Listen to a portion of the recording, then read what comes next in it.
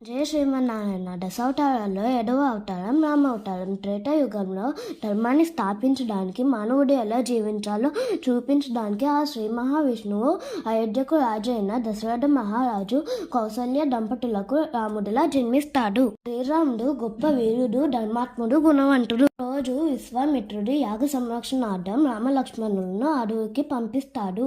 ఆ సమయంలో సీతా స్వయంవరంలో శివధనుసును విరిచి మిడిల దేశపు యువరాణి అయిన సీతను వివాహం చేసుకుంటాడు. ఒక సుముహూర్తాన దశరథ మహారాజు శ్రీరాముడికి పట్టాభిషేకం చేయాలనుకుంటాడు.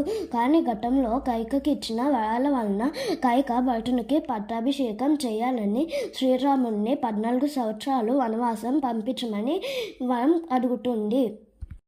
పరిపాలకుడు అయిన శ్రీరాముడు సీత లక్ష్మణ సమేతంగా అడవులకు వెళ్తాడు. వనవాస సమయంలో రావణుడు సీతాదేవిని అపహరించి లంకకు వెళ్తాడు. శ్రీరాముడు లక్ష్మణుడితో పాటు సీతాదేవిని వెతుకుతూ హనుమంతుడు, సుగ్రీవుడు వంటి వానరులతో స్నేహం చేస్తాడు. హనుమంతుడు లంకకు వెళ్లి సీతాదేవిని కనుగొని రాముడికి సమాచారం ఇస్తాడు. శ్రీరాముడు వానరులతో పాటు రామసేతువును నిర్మించి దాని ద్వారా లంకకు చేరుకుంటారు. లంకాధిపతి అయిన రావణాసురుడితో భయంకరమైన యుద్ధం చేసి రావణాసురుడిని సంహరిస్తాడు.